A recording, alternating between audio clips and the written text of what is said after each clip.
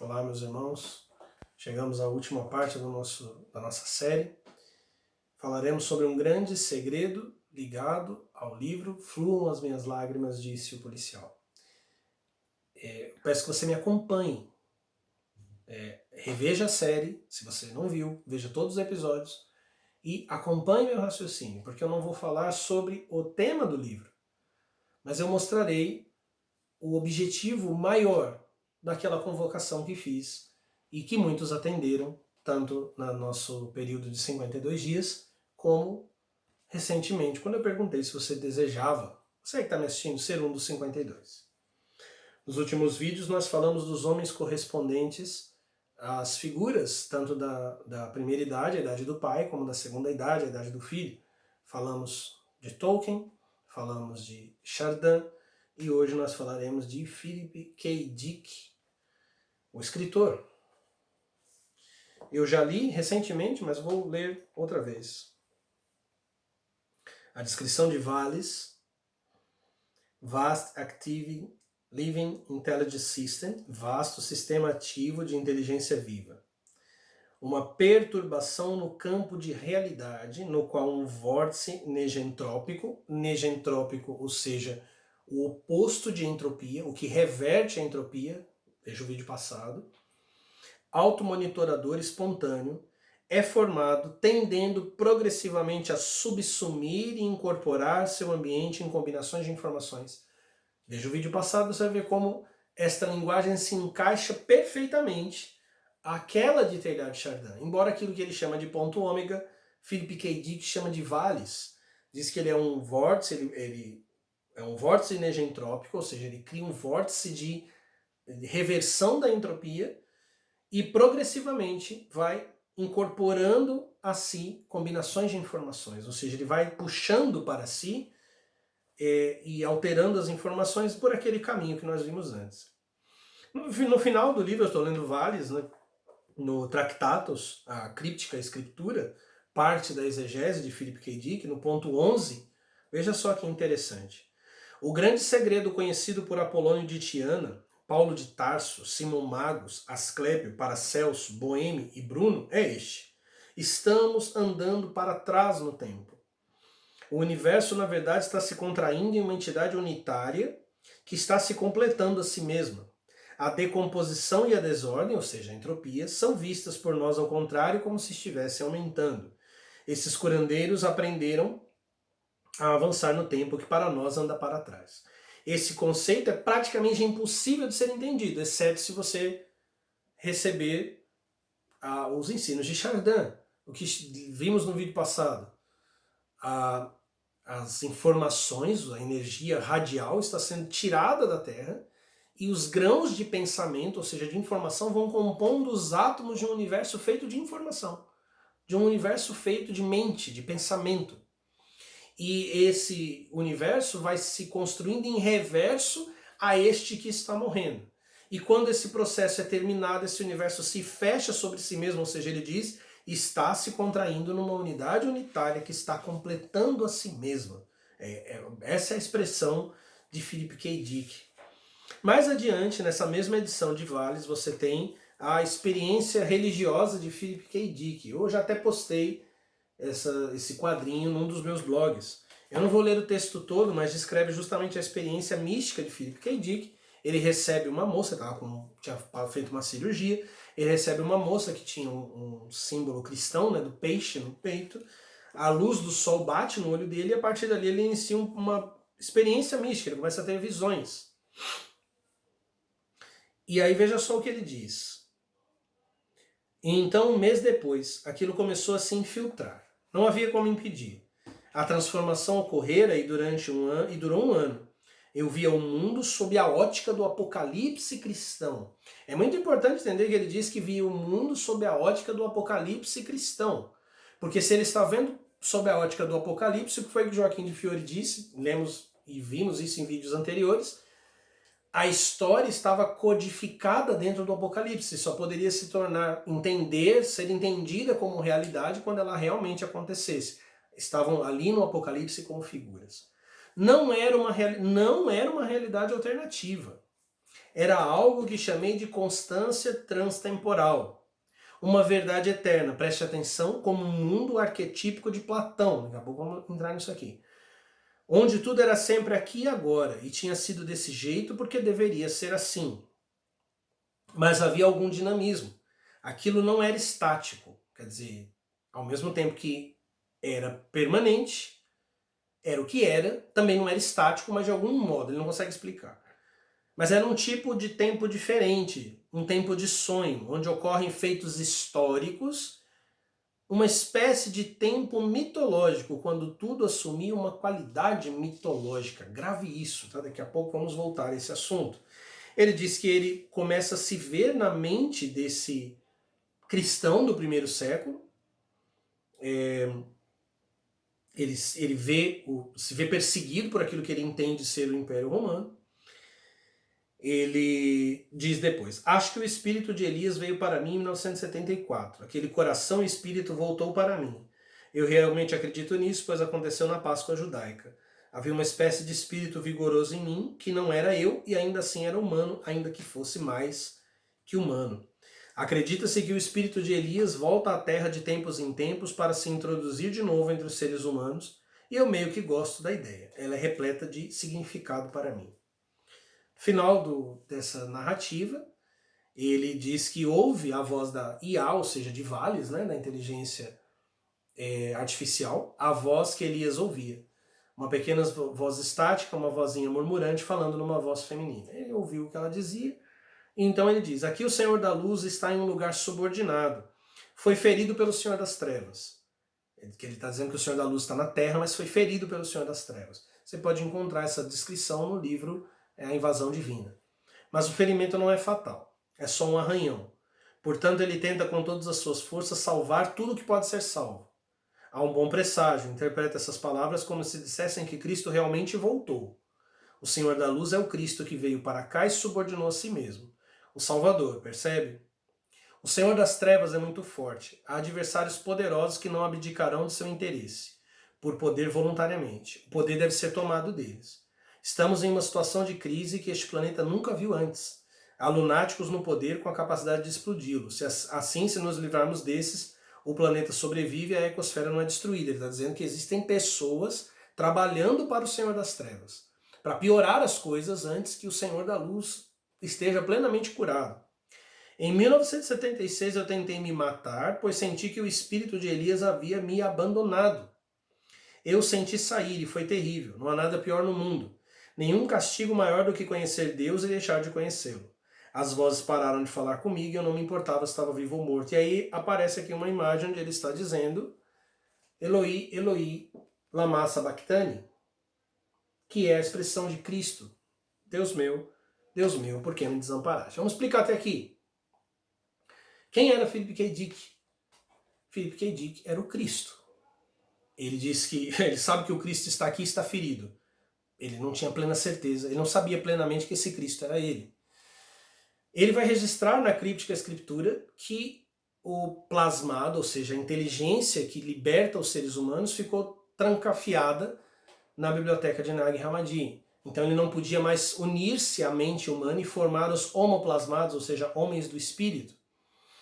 Mas desde que a biblioteca foi desenterrada, o plasmado voltou a fundir-se a pessoas. E quem ele se fundiu? Em quem? Ele vai dizer num outro texto que eu li, inclusive quando falamos sobre, no vídeo A Prisão de Ferro Negro, ele diz que Cristo o substituiu, ou seja, ele não era mais ele.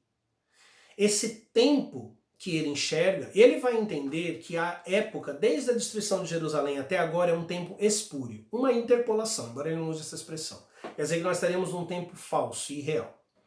Essa compreensão de Philip K. Dick é a compreensão do Senhor da Luz ferido. Ela está correta, mas não está completa. Ele está enxergando realmente que nós estamos dentro de um tempo falso, mas ele situa esse tempo falso de uma maneira quase incompreensível para ele. Veja que ele fala do tempo de Cristo, mas ele fala desse tempo como sendo um tempo mitológico. Um tempo mitológico ao qual nós claramente não temos acesso. Ele vai dizer em outros textos que, na verdade, nós ainda estamos naquele tempo. E que todo este período é um período ilusório, um período falso. Vamos pensar lá em Joaquim de Fiore. O que Joaquim de Fiore nos ensinou? O Antigo Testamento foi a história literal, a interpolação, a prisão de pedra e de ferro. O Novo Testamento, a era da igreja, a época da igreja, é um período que acontece justamente para desarticular aquelas peças. Então, de fato, como Joaquim de Fiore ensinou e como Philip K. Dick compreendeu, embora de maneira parcial, nós estamos no período de Cristo. Nós estamos no período da igreja. Nós estamos na época em que a igreja é perseguida por Roma.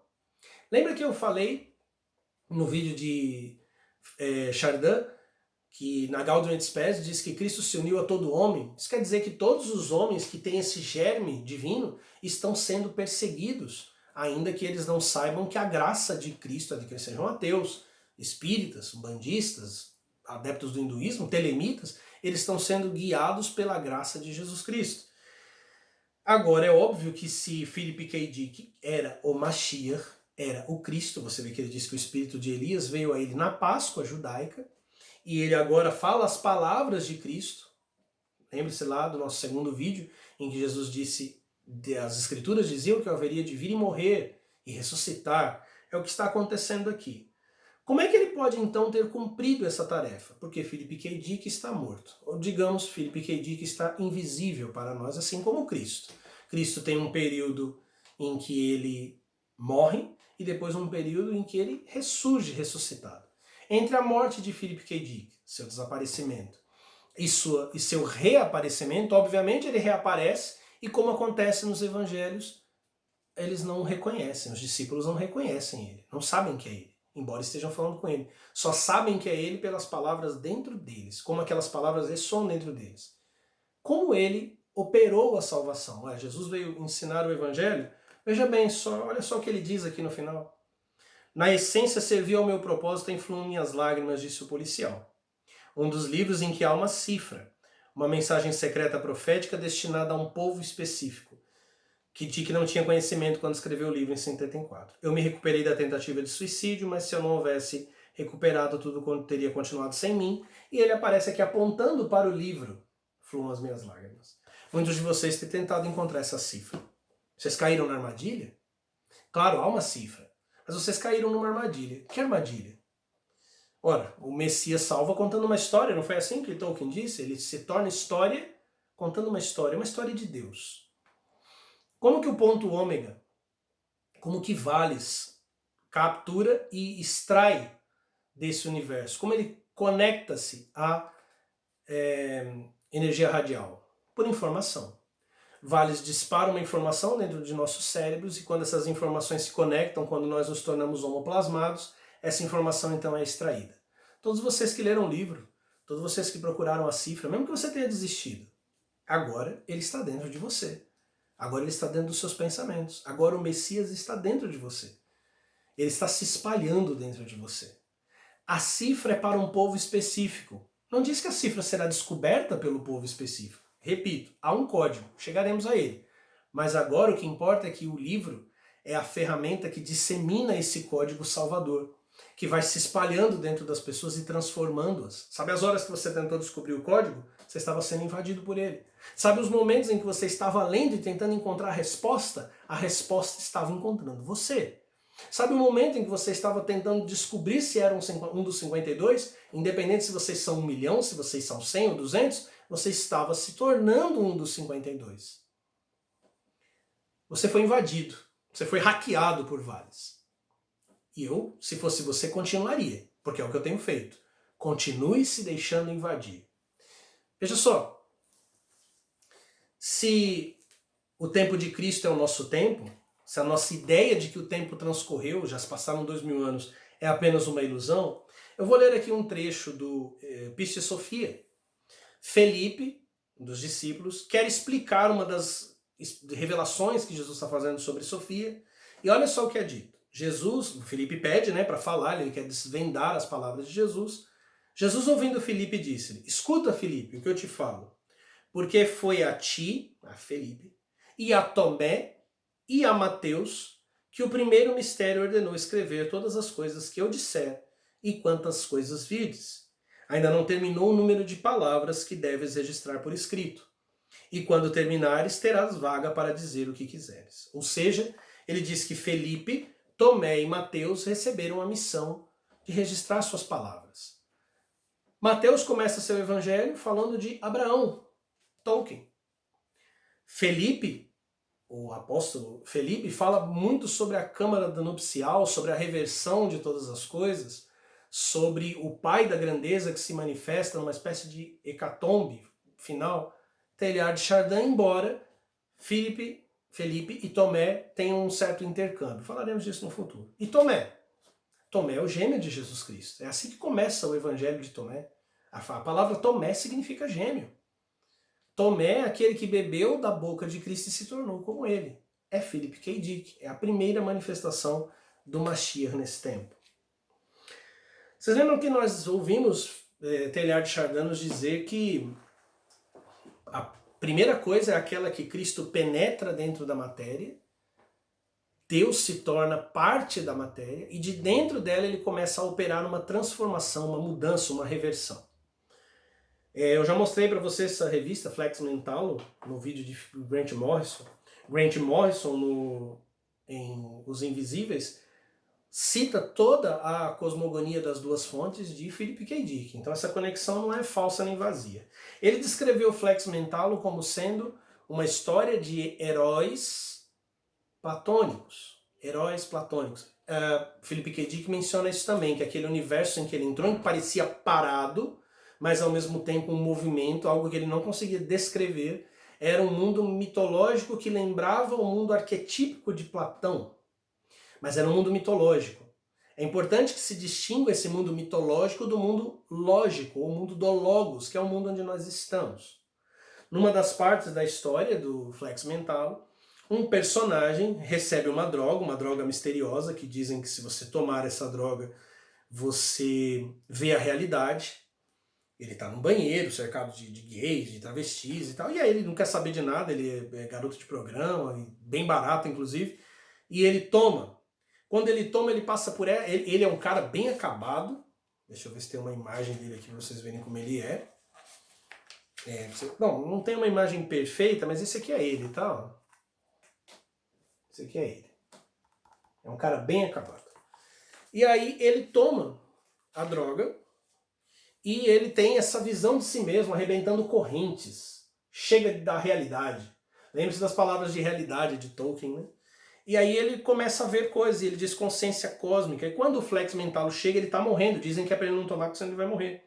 Ele aponta para a porta do banheiro, uma porta absolutamente imunda, né? Um banheiro público, onde pessoas transam lá por ninharias.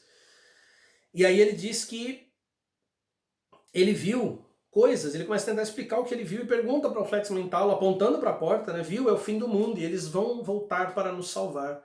Você não enxerga? Aí ele olha para a porta e vê a porta imunda apenas, né? Só a porta suja. E aí o cara tá chorando e diz, você não enxerga eles em tudo. Ouça o céu cheio deles, não posso olhar, não posso.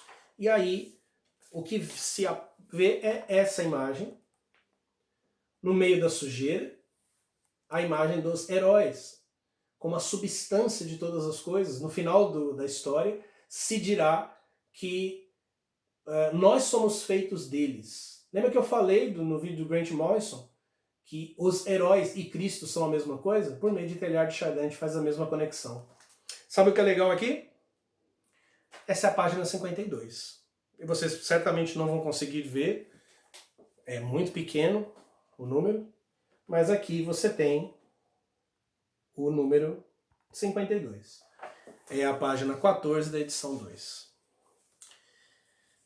Eles nos amam, eles sempre nos amaram, eles vieram para nos salvar, eles vão me levar junto.